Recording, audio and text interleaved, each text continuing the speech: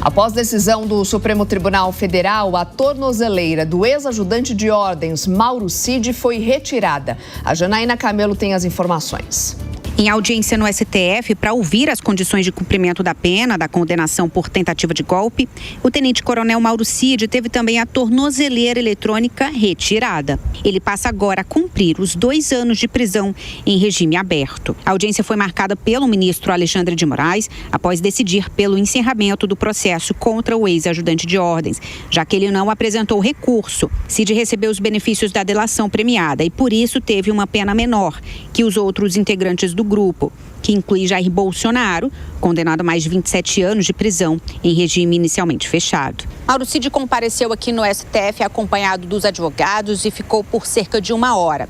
A audiência foi conduzida por uma juíza auxiliar do gabinete do ministro Alexandre de Moraes, que avisou sobre as condições da execução da pena. Mesmo sem tornozeleira, Mauro Cid está obrigado a se recolher em domicílio durante as noites e durante todo o dia nos finais de semana.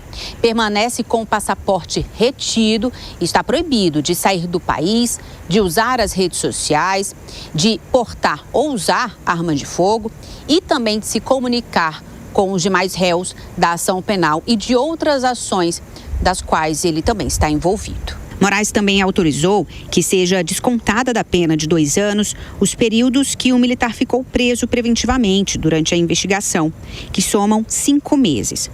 O ministro também determinou a restituição dos bens apreendidos do ex-ajudante de ordens e de seus familiares e que a Polícia Federal, quando necessário, realize ações para garantir a segurança do militar e da família. Também ontem, Moraes negou um novo pedido de Walter Braga Neto para que seja colocado em liberdade. O general, condenado a mais de 26 anos no julgamento, está preso preventivamente desde o final do ano passado, acusado de tentar atrapalhar as investigações do processo do golpe. Ao rejeitar o pedido de liberdade, Moraes alegou o fim do julgamento, que condenou Braga Neto, e o risco de fuga do militar. Mais um tema, então, para análise aqui dos nossos comentaristas, José Maria Trindade e Cristiano Beraldo, que também chega para a nossa companhia nessa manhã. Beraldo, bom dia para você. Bom, agora Mauro Cid sem tornozeleira vai precisar cumprir algumas medidas restritivas. Agora fica uma questão em aberto, né? O quanto essa pena será cumprida de fato, porque nessa mesma audiência a defesa reforça aí um pedido ou uma tentativa de estratégia de extinção dessa pena. Bom dia, Soraya, Nonato, Zé Maria, bom dia, audiência que prestigia diariamente o Jornal da Manhã. Soraya, a situação de Mauro Cid, ela, sem dúvida alguma, hoje é bastante mais confortável, digamos assim, do que já foi no passado. Mauro Cid foi preso e, a partir dessa prisão, ele resolveu contar coisas que ele viu, ouviu, testemunhou dentro do Palácio do Planalto.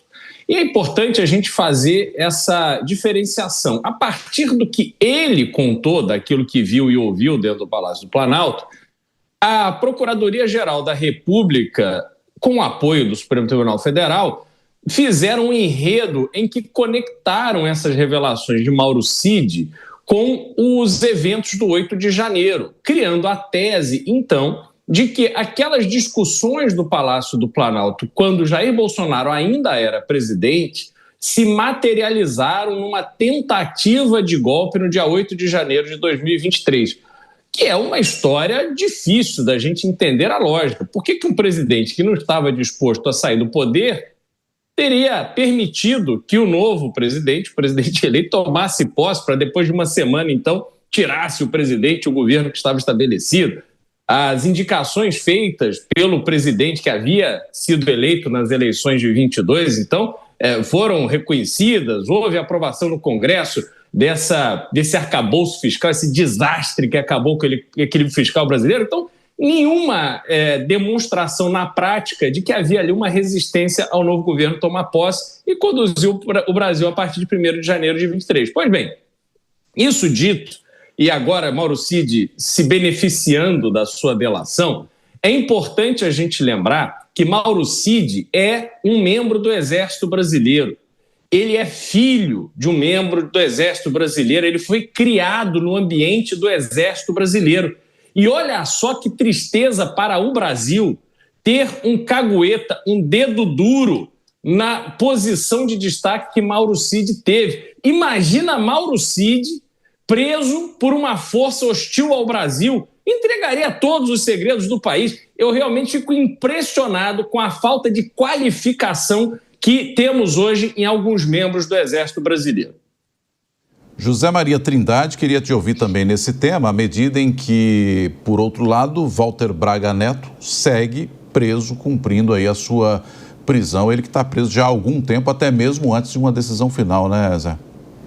Pois é, essa história do golpe ou tentativa do golpe, ela é incompleta. Houve mesmo reuniões, houve mesmo planejamento de um golpe, ou seja, uma quebra da Constituição e não posse do então presidente eleito Lula. Antes mesmo da eleição, se pregava não permitir a eleição, com o argumento de que as urnas seriam fraudadas. Mas, num determinado momento, bem antes da eleição, houve desistência. Então, o grande debate, e aí seria um debate político, é de até onde houve tentativa ou foi apenas um planejamento. Porque golpe, só a tentativa, golpe é um crime tentado, né?